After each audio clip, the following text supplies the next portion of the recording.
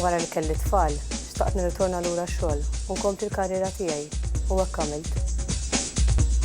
Ibbenefikajt minn skemi ta' refunds fuq taxxa u fuq child care centers. Dawn huma ta' vantaġġ kbir għall-ġenituri.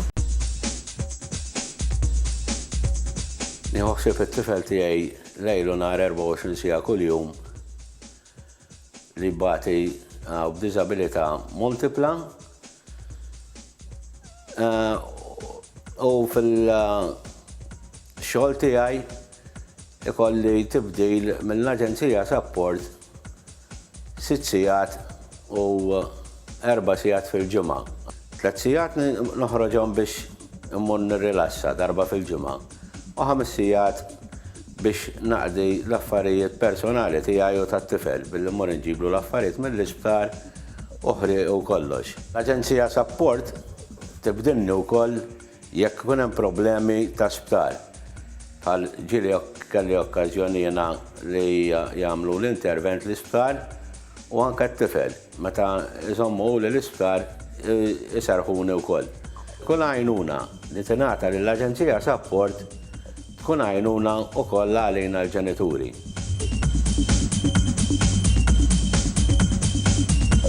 Kull persuna tagħmel diversi għażliet f'ħajjitha.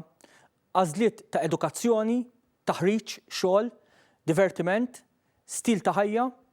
Kull persuna għandha ssib l-ispazju li tiżviluppa bl-għażliet li tagħmel, b'aktar opportunitajiet fl-edukazzjoni u fix-xogħol fost l-oħrajn. Fl-istess waqt, il-politika tal-gvern hi li jgħin l-aktar lil min l-aktar għandu bżonn.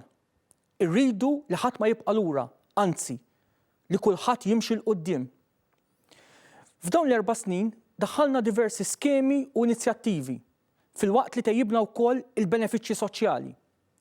Kull sena il-Gvern qed iżid il-budget għal qasam soċjali biex jgħin lil min l-aktar għandu bżonn, partikolarment lit-tfal u familji vulnerabbli, biex jagħti aktar servizzi lil persuni b'diżabilità u biex iħallas il-benefiċċji soċjali lill-anzjani u lir-romol. Din is-sena n-nefqa tal-Gvern fuq il-benefiċċji soċjali hi ta' madwar 750 miljun. Dan ifisser żieda ta' kważi 125 miljun fuq l-2008. Dan ifisser li l-Gvern qed jiddedika 2,5 miljun euro kuljum biex jagħti servizzi għal persuni b'diżabilità, għall-anzjani, għar-romol, għat-tfal li jkunu f'riskju. Aħna jimpurtana minn kull wieħed u waħda minnkom. Illum l-anzjani qed igawdu minn żieda sħiħa fil-pensjoni bħalma jieħdu l-ħaddiema u jekk iridu jistgħu jibqgħu jaħdmu. Il-pensjonanti din is-sena 2012 qed jaqilgħu 1,000 euro aktar milli kienu jaqilgħu fl-2008.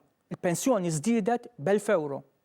B'deċiżjoni li ttieħdet fl-2008 u baqgħet tiġi attwata f'kull budget minn dakinhar sal-lum, l-anzjani qed igawdu minn żieda sħiħa fil-pensjoni bħalma jieħdu l-ħaddiema u jekk iridu jistgħu jibqgħu wkoll jaħdmu mingħajr ma jitilfu l-pensjoni. Din is-sena il-pensjonanti qed jieħdu f'pensjoni 1,000 euro aktar milli kienu jieħdu fl-2008. Din is-sena wkoll l-anzjani li għandhom 80 sena jew aktar u li jgħixu waħedhom jew mal-familja tagħhom ingħataw allowance ġdid ta' 300 euro. Mill-ewwel ta' Jannar tal-2008 il-Gvern żied il-paga minima b'1,000 euro fis-sena. Minn din is-sena erġajna żidna ir-rata minima ta' Children's Allowance b'100 euro oħra biex hekk ir-rata minima issa telet minn 250 euro għal 350 euro. Tfal, familji bidħul baxx jingħataw aktar Children's Allowance minn hekk. Żidna wkoll l-allowance għal foster children u tfal b'diżabilità. Il-persuni b'diżabilità li jirċievu l-pensjoni tad-diżabilità severa minn din is-sena jistgħu jaħdmu u jaqilgħu sal-paga minima bla ma jitilfu xejn mill-pensjoni tagħhom.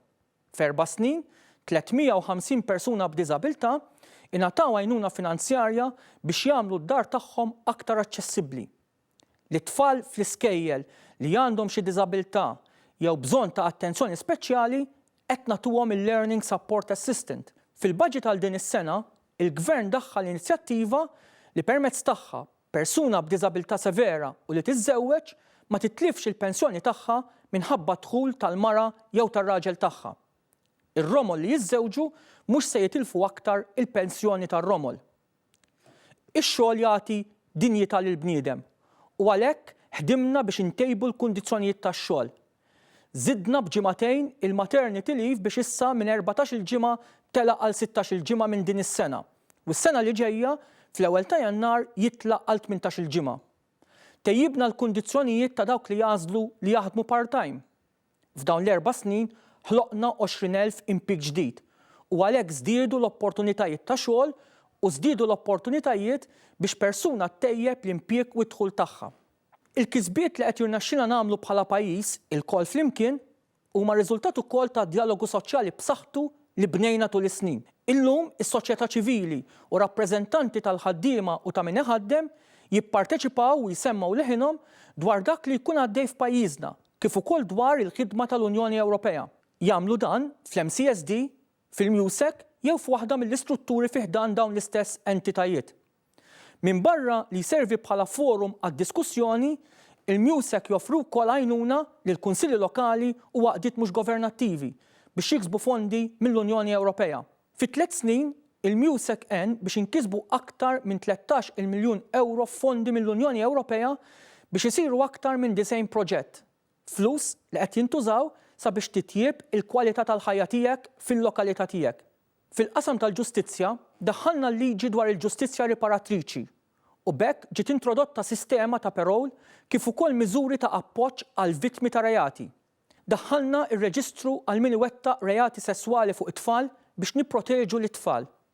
Il-ħidma hija kbira f'kull qasam u daqstant ieħor jid-determinazzjoni tagħna li nkomplu nibdlu l-pajjiżna biex inti tgħix ħajja aħjar u nkomplu noħolqu x-xogħol għalik.